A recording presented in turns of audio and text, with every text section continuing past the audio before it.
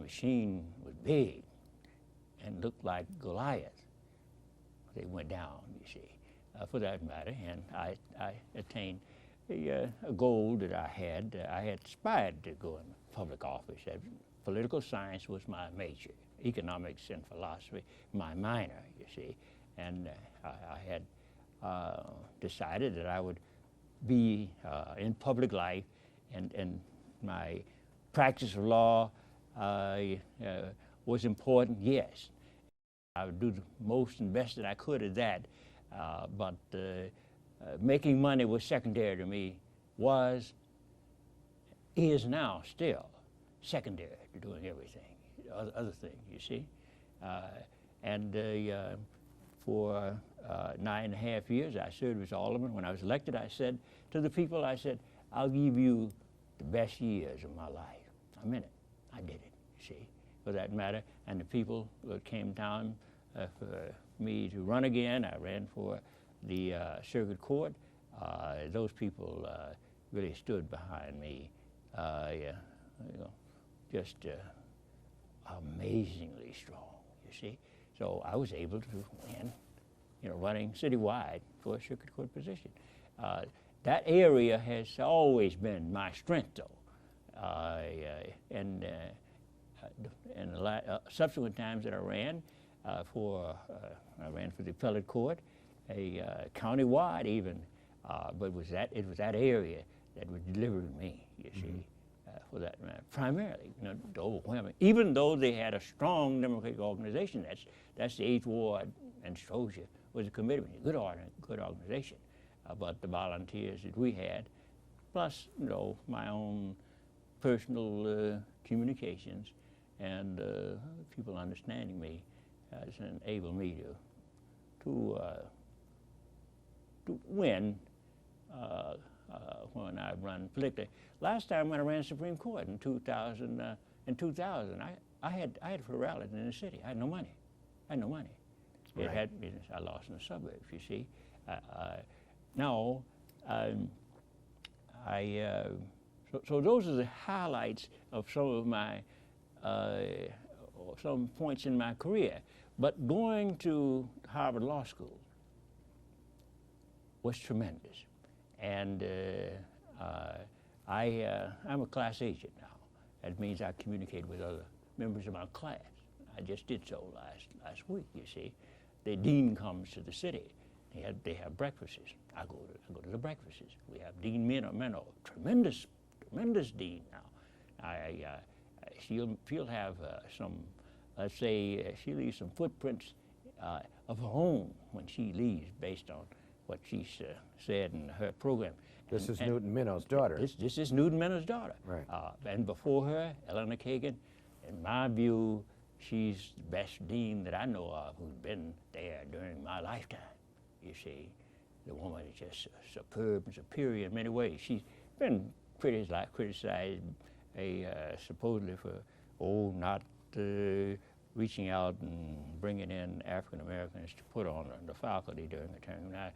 And I don't know the whole story. I didn't know too much about that, but I do know that Harvard is perhaps, except for I can talk about African American, predominantly African American schools, but it is the most diverse law school in the country, biggest too. You know, a quarter of the students there are now what you'd call minorities, variations, you know, and between 12 and 5%, 12 and 13% are African Americans. You see, now they have 500 students. This means they bring in 50 or so African Americans in one class. When I went there were 3 of us. You see, 3 of you. 3 out of 500. You see, so things have changed, and the school is committed to diversity, and the Republicans, I suppose they can see what's going on, but I tell you, Dean, I have no doubt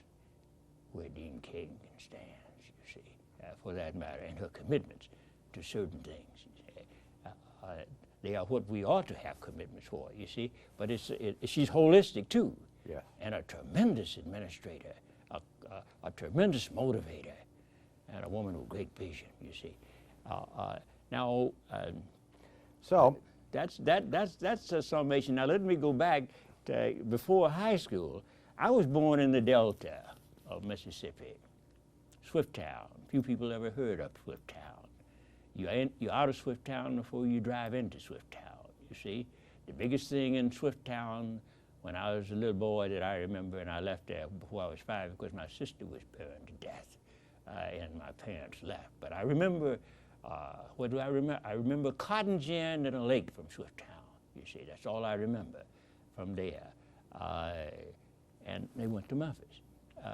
So I came from nowhere, you see, and spent time in Memphis going to school where they had a boss there named Trump. His name was Trump, named streets there. I knew about bosses before I came to Chicago. As a boy, I knew Trump ran that city, you see. So I got to Chicago when I was about 11 years old, and they had Kelly and the rest of the fellows around here, and this city was run by bosses, nothing unfamiliar at all with having bosses. But I never liked the idea of having bosses, you see. I'm sure you didn't. I would like to go all the way back now as we go into talking about the Richard J. Daley years, but when you were an assistant state's attorney and you were doing condemnation matters, you went down the route of in Ryan. You better believe I did, and I have a comment about that. And I'd like you to talk about that a little bit. Yes. What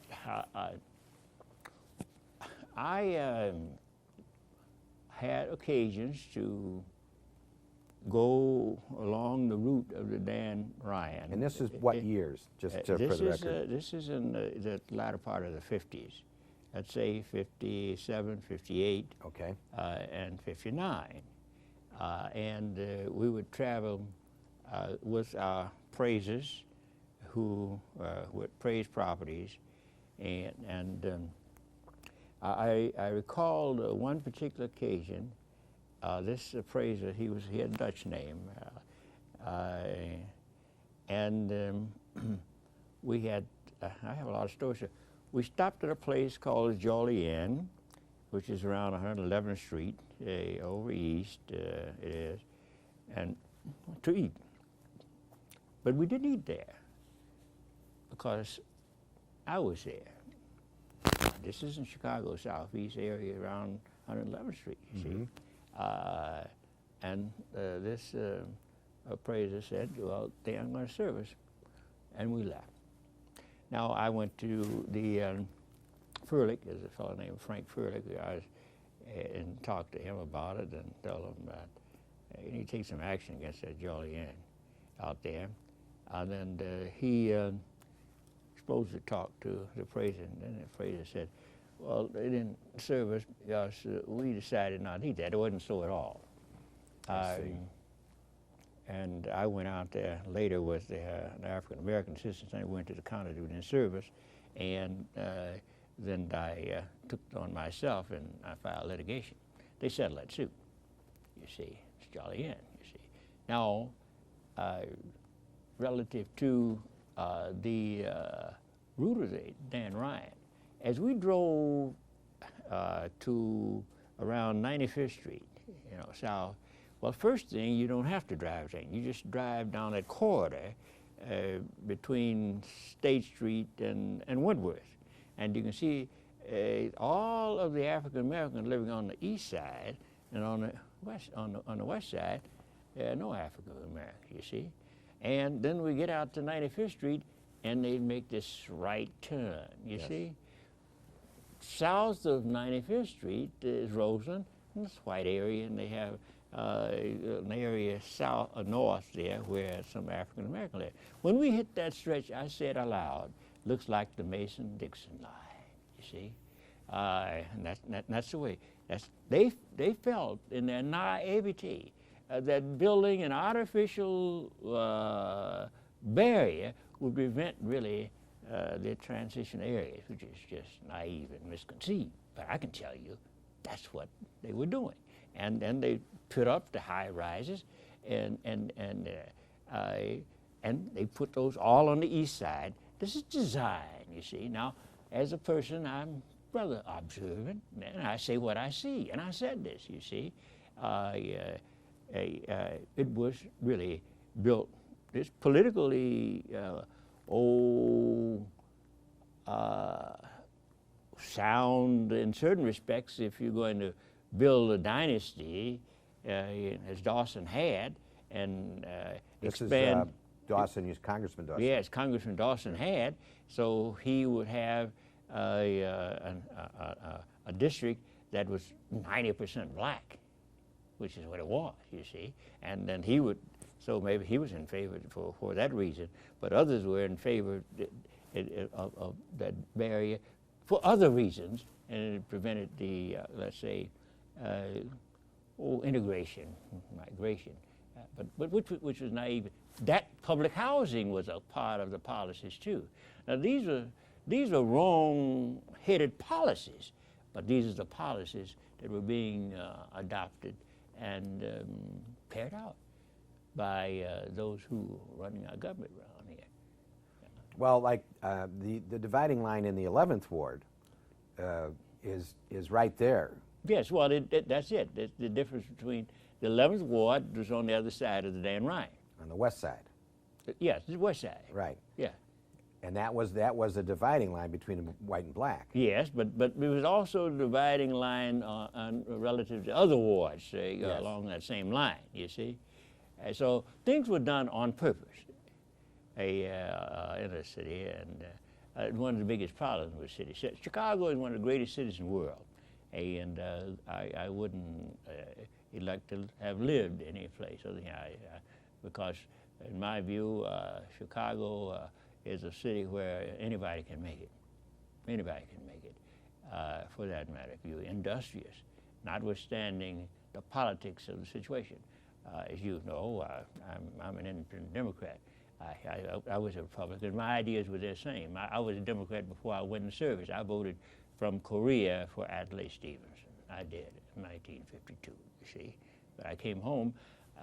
The politics was such an abomination, I could not affiliate. I've always been a person, really, who felt that a person should be independent to a certain extent and should not be subject to domination. And I said they made midgets out of man, and for that matter. Now, when you have an education,